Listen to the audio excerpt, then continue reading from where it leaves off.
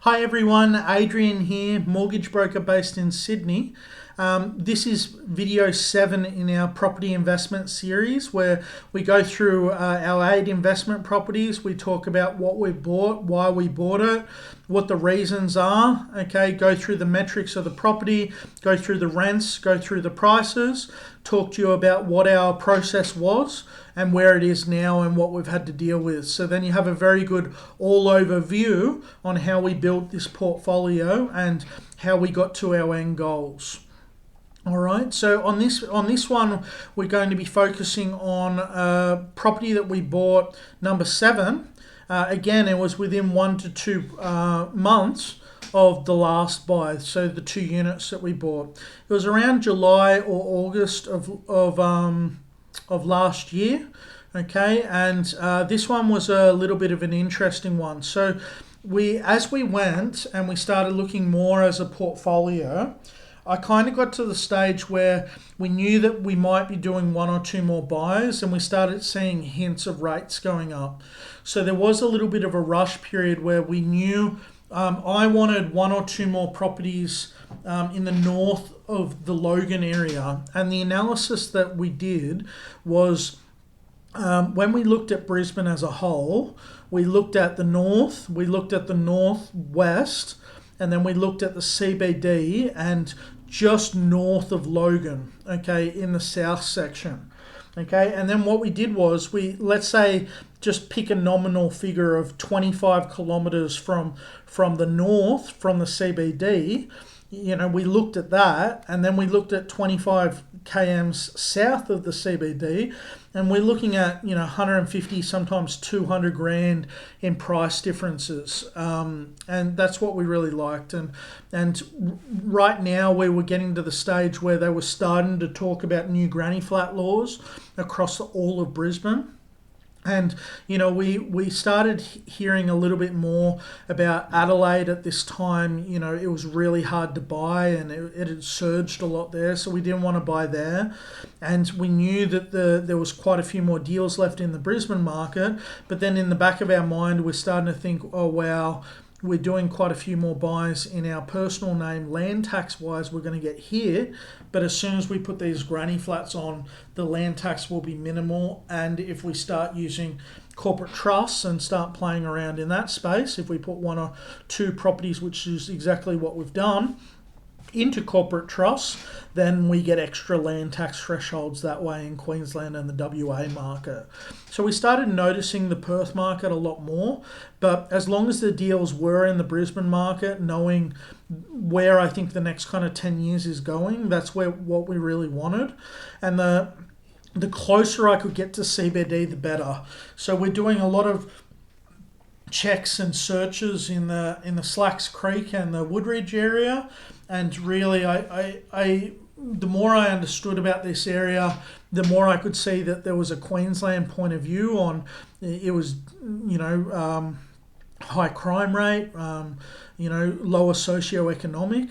But then you started noticing that, if you knew the suburbs well, the north of those kind of areas were starting to gentrify, and closer to the station where the housing commission was a little bit more, rougher.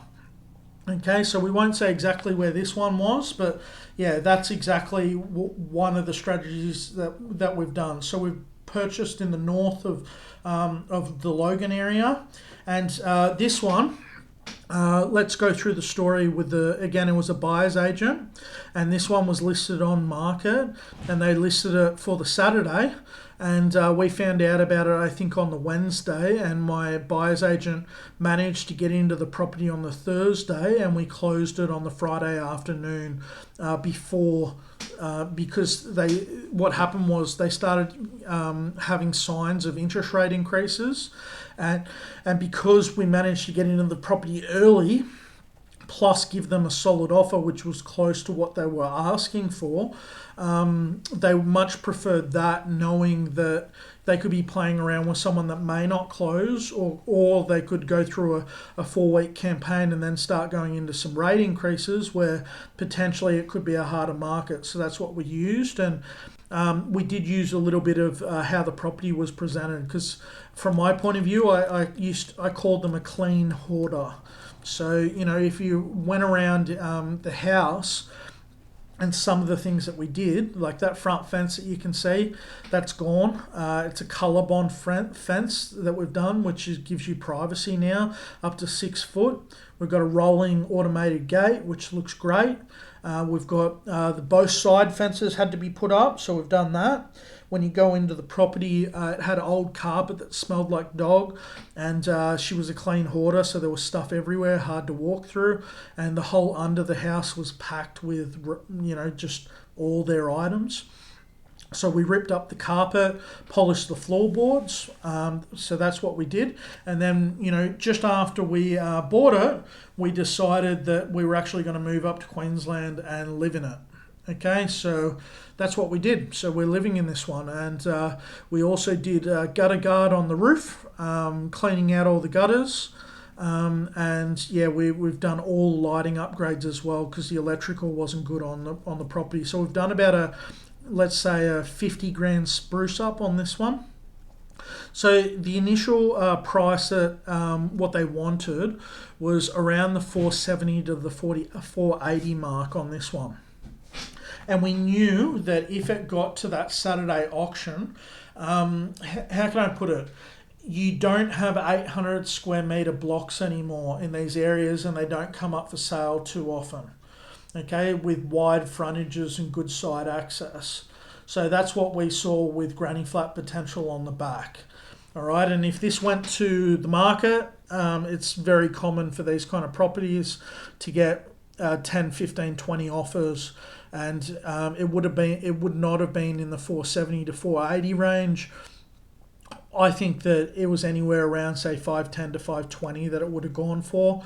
And they were willing to take ours just because we were a sure thing. And the buyer's agent that we had an amazing relationship with this agent, and they kept on having issues with people completing, and there was a lot of talk about rate rises, which was causing issues with the market. All right, so overall we haven't done much with the front facade. We are going to put security doors on the front, so we're going to do that. And we might be moving back to Sydney due to business soon. But overall we put not just front gate, but side gate on each side of the house. So there's extra security there. And then if you notice on the right hand side, that's going to be a driveway right up the right hand side of the property to the back, where the granny flat's going to get built. So we're getting the finance for that this month, and probably the build over the next kind of 3 months it'll start. So what we think as far as rent goes when we bought it, anywhere around that kind of 450 to 480 mark when we bought it. Next door neighbour is a Queenslander exactly like us, but the property's derelict, and it's being rented for $500 a week right now. So that's almost a year later, but they're not going to put a granny flat on the back. So we think that we can get anywhere from about, say, 460 to 480 on the front, and the granny flat on the back, 2 better 70 square metre with a driveway and access with privacy. We think we can get anywhere from about 400 to, say, high range 440, depending on what we want to do there and the type of tenant that we want to get. So the other thing that we'll have to do is upgrade the stairs. There's a little bit of non-compliance with how the stairs have been set up, so we were notified about that when we got the property. So that's just something that we'll do towards the end of the year when we potentially move back to Sydney, before we rent it out, to make sure that we're compliant. And then, just overall, it's just been a great property to live in, be close to the shops, and overall just being a house instead of a unit in South Sydney. So, my wife at this stage, when we moved up, doesn't work. So that's good. And we're focusing on the house and having children now, which is great. and just being able to be on track with that and build out a large portfolio and have my wife have not as much stress of working for the last 2 or 3 years. She used to work at a trade desk and it was quite stressful. So, my job was to give her the ability of choice, and then she can say if she wants to work or not. And obviously, if she doesn't want to work, she can still do the books and manage all the properties and deal with the property managers and all of that anyway for what we're doing as far as asset base goes, which is perfect. So yeah, that's what we've done. So this property, let's talk about equity. So we got it for just under 470. That's what we got it. We put about 50 into it. So we're anywhere around the 520 mark. And with what we've done to it, you probably couldn't, even in a bad market, resell this for less than 600. So we've made 80 grand there. But if we had these changes at the time that we bought this property when the market was better, it would be a 650 property every day of the week. So we're, when the market rebounds, we'll be up 80 now, but easily 150 with the upgrades that we've done very easily. And we've come in and cleaned out the property as well, and yeah, everything is much better on the property overall, with less maintenance issues, less lighting issues, got security lights and all these nice things that the renter's going to like. But we had to make sure that we didn't go too much over, as far as, because we knew that we were potentially not going to live in this property long term.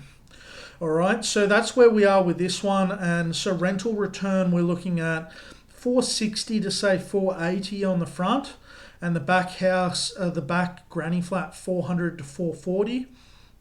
Okay, so you're looking at somewhere north of 900 a week in total rent, and sitting at over a 7.5 to 8% gross rental yield, which is exactly the space that we want to be playing in.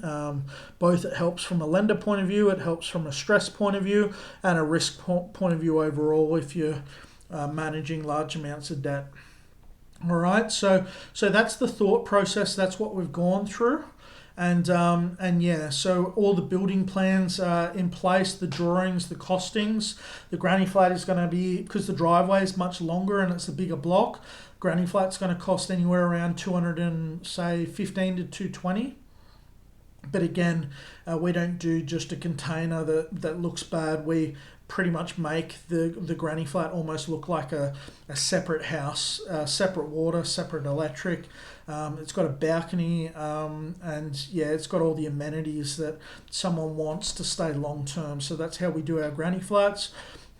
And look, there's a big difference between us and the majority of the real estate agents and the buyers agents out there that say that we're overcapitalizing on the property, when in reality, you've got to ask yourself the question, is this a core property? If this is a core property and you're never going to sell it, so let's say we hold this baby for 40, 50, 60 years, then why wouldn't you do it on a 10% gross yield on cost? Okay, why wouldn't you? Okay, but if there's any chance that I think I'm going to sell in the next 3, 5 or 7 years, then why would I be putting the granny flat on? I'm overcapitalizing and I'm reducing the potential buyer base, to large families or investors, compared to other people that, may not like that type of home or aren't in the price bracket that I need them to be, because it's now a home that costs a little bit more. Okay, because of the building and the works. All right, so that's really the question you got to ask. And not just that, if you're wanting to build large asset bases, you need to get more lending, which means you need to satisfy the banks. And to use this kind of strategy with trusts and accountants and property, you're using a buyer's agent, you need to be using the right strategy. If you're not, if you don't have high gross rental yields, or you're not doing huge deposits, the accountant can't be signing off to say that each trust is profitable, which is a letter that the lender requires for you to roll on to the next property and buy the next one. Okay, so it is a strategy that allows you to continually keep on getting larger and larger asset bases, and for the lender to be comfortable for you to continue. All right, so I really hope that this adds a whole lot of value to you. Hit the subscribe button, hit the like button, leave me a comment. Go through the whole series up to video 8. Okay, I'll do a couple of videos after that, or any explanation videos that you want me to, and then all you've got to do is think: do you want to get on this kind of program where we set you up with the right buyer's agent, we set you up with the right accountant, I do the finance side and obviously replicate what I've already done. We make sure we go through all your goals and what you're looking to achieve. And the good thing about this particular strategy is that it does apply to a lot of people, which is great, but we've got to make sure that everything is aligned to what you want. And I'll give you an example. If you want just 2 or 3 investment properties, we're not going to overcomplicate it with accountants and trusts and all these kind of whiz-bang things.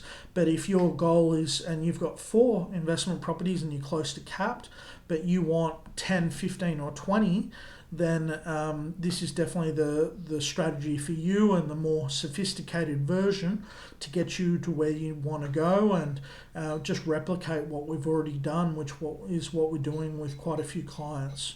Okay, so click the link, book an appointment with me, jump on a call, we'll go through your scenario, and then we can get you onto the same program, and you dictate how quickly you want us to go. All right, so hope that you're enjoying this video, and we'll see you on the next one. Have a great day. Bye.